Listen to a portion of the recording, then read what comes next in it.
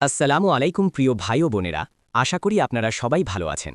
আলহামদুলিল্লাহ, আমিও ভালো আছি। আজকের ভিডিওর মূল বিষয় নামাজে মনোযোগী হওয়ার জন্য ৩টি গুরুত্বপূর্ণ পরামর্শ। অনেক ভাই ও বোনেরা আছেন যারা নামাজ পড়তে চান, কিন্তু নামাজ পড়তে একদমই ভালো লাগে না। এই ভিডিওটা আমার সেই সব ভাই ও বোনেদের জন্য। প্রিয় ভাই ও বোনেরা, মানসিক শান্তির সাথে নামাজ পড়ার জন্য ভিডিওটি অবশ্যই শেষ পর্যন্ত দেখুন। চলুন এবার ভিডিওটা শুরু করি। প্রিয় ভিউয়ার্স, যে ৩টি গুরুত্বপূর্ণ টিপসের কথা বলেছি সেগুলি এখন আপনাদের সঙ্গে আমি শেয়ার করব। প্রথম টিপস হলো নিজেকে পাপ কাজ থেকে বিরত রাখা। দ্বিতীয় টিপস হলো বেশি বেশি ইস্তেগফার করা। ৩ নম্বর টিপস হলো নামাজে আমরা যে সূরা, দোয়া পড়ি সেই সবগুলোর অর্থ জেনে বুঝে সেটাকে অনুভব করে নামাজ পড়া। এই ৩টি টিপসের কথা শুনে আপনাদের হয়তো খুবই সাধারণ মনে হতে পারে, কিন্তু না। এই ৩টি টিপস আমি আপনাদের সঙ্গে এই ভিডিওতে ভেঙে আলোচনা করব বিস্তারিত। আপনাদের কাছে অনুরোধ, আপনারা শুধু মনোযোগ দিয়ে শুনুন। আমাদের প্রথম টিপস ছিল পাপ কাজ থেকে নিজেকে দূরে রাখা। এক কথায় রূহকে শক্তিশালী করতে হবে এবং নফসকে দুর্বল করে তুলতে হবে। আশা করি আপনারা সবাই জানেন রূহ কি আর নফস কি। রূহ হচ্ছে আল্লাহর দিকে এগিয়ে যাওয়ার পথ, আর নফস হচ্ছে শয়তানের দিকে এগিয়ে যাওয়ার পথ। তো প্রিয় ভিউয়ার্স, অবশ্যই আমাদেরকে সব সময় আমাদের রূহকে শক্তিশালী করে তোলার চেষ্টা করতে হবে।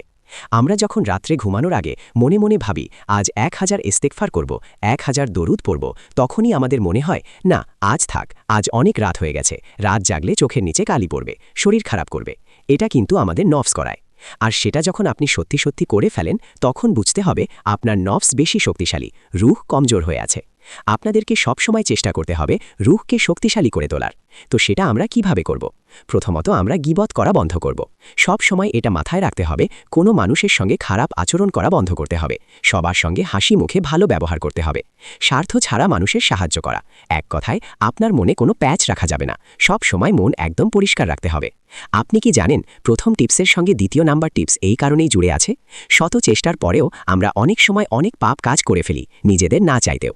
নফসকে কন্ট্রোল করতে না পেরে অনেক সময় আমরা অনেক পাপ কাজ করে ফেলি, আর তার জন্যই আমাদের অবশ্যই প্রতিদিন বেশি বেশি ইস্তেগফার করতে হবে। এবার আমরা চলে আসব ২ নাম্বার টিপসে। ২ নাম্বার টিপস ছিল বেশি বেশি ইস্তেগফার। আমরা জেনে না জেনে যেসব পাপ কাজ করে ফেলি, মূলত সেই কারণেই আমাদেরকে বেশি বেশি ইস্তেগফার করতে হবে। জানি অনেকেই বলেন ইস্তেগফার করতেও ভালো লাগে না, এমন মনে হয় যে মুখে হয়তো ইস্তেগফার করছেন, কিন্তু মাথায় কিছু অন্যায় চলে। দেখুন, আপনাকে ইস্তেগফারের অর্থ বুঝে ইস্তেগফার করতে হবে। মানে আপনি জানেন ইস্তেগফারের অর্থ আল্লাহর কাছে ক্ষমা চাওয়া। তো এটা আপনাকে অনুভব করতে হবে যে আমি আল্লাহর কাছে ক্ষমা চাইছি। এভাবে আপনাকে কি ইস্তেগফারটা করতে হবে। আপনি মুখে বলবেন আস্তাগফিরুল্লাহ ওয়া আতুবু ইলাই, এবং আপনার চোখে আস্তাগফিরুল্লাহ ওয়া আতুবু ইলাই এই লাইন লেখাটা চোখের সামনে ভাসবে। এইভাবে আপনি মন থেকে ইস্তেগফার করতে পারবেন। নিজে নিজে ইস্তেগফার পড়ব বললে অনেক সময় পড়া হয় না। তাই আপনারা যদি চ্যালেঞ্জ নিতে চান, তাহলে আপনাকে কমেন্টে জানাবেন। আমি শর্ট ভিডিওর মাধ্যমে আপনাদেরকে চ্যালেঞ্জ দেব ২-৩ দিনের, এবং আপনারা সেই চ্যানেলটা পূরণ করবেন। আপনাদের সাথে আমিও পূরণ করব। চ্যালেঞ্জ করে ইস্তেগফার করলে কিন্তু অনেক বেশি বেশি পড়া হয়। চ্যালেঞ্জ করে আমরা শুধু ইস্তেগফারই পড়ব না, আস্তে আস্তে নিত্যদিনের আমল তো অ্যাড করব। তাহলে পরবর্তীতে সেটা অভ্যাস হয়ে যাবে। তখন আর চ্যালেঞ্জ করার প্রয়োজন পড়বে না, নিজেরই মন থেকে মন হবে যে পড়ি, আর তখন সেটা আপনার অভ্যাস হয়ে যাবে। তখন আর চ্যালেঞ্জ করার প্রয়োজন পড়বে না। চলুন এবার আমরা ৩ নাম্বার টিপস নিয়ে কথা বলবো। ৩ নাম্বার টিপসটি ছিল নামাজে আমরা যেসব সূরা দোয়া করি সেসবের অর্থ বুঝে পড়া।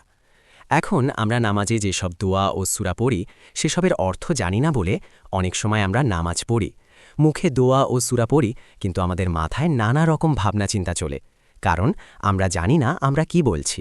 আর তাই আমাদেরকে জানতে হবে আমরা কি বলছি নামাজের মধ্যে। যখন আমরা নামাজ পড়ি, নামাজের মাঝে এমন একটা মুহূর্ত নেই যখন আমরা চুপ করে থাকি। নামাজের পুরো টাইমটাই কিন্তু আমরা দোয়া ও সূরা পড়তে থাকি। তো সেই সব দোয়া ও সূরার অর্থগুলো যদি আমরা জানি, তাহলে আমরা সেই সব অর্থগুলো মনে মনে চিন্তাভাবনা করব। তখন আর বাইরে চিন্তাভাবনা আমাদের মনে আসতে পারবে না। আর তখনই আমাদের নামাজ সঠিকভাবে পড়া হবে। আর নামাজ সঠিকভাবে পড়া হলেই নামাজে মন বসবে। তো আমাদের ৩টে টিপস আলোচনা করা শেষ।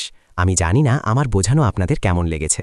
আমি আপনাদেরকে যতটা বোঝালাম পুরোটাই আমি আমার শিক্ষা এবং আমার লাইফের এক্সপিরিয়েন্স থেকে আপনাদেরকে বোঝালাম। একটা সময় ছিল যখন আমি নামাজ পড়তে চাইতাম, কিন্তু আমার নামাজ পড়তে একদমই ভালো লাগতো না।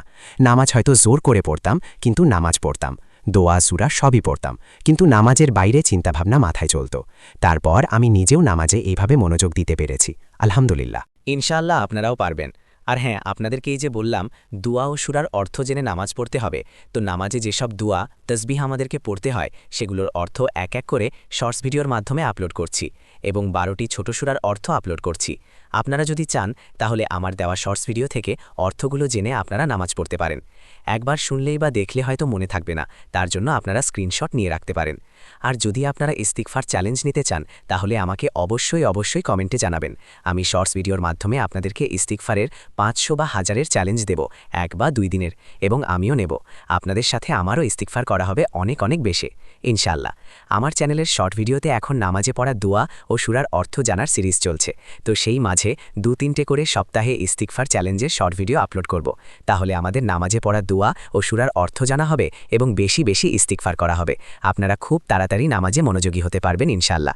প্রিয় ভাই ও বোনেরা, ভিডিওটি ভালো লাগলে লাইক করবেন এবং আপনাদের বন্ধু পরিবারে ভিডিওটি শেয়ার করবেন, যাতে সকলেই নামাজে মনোযোগ দিতে পারে।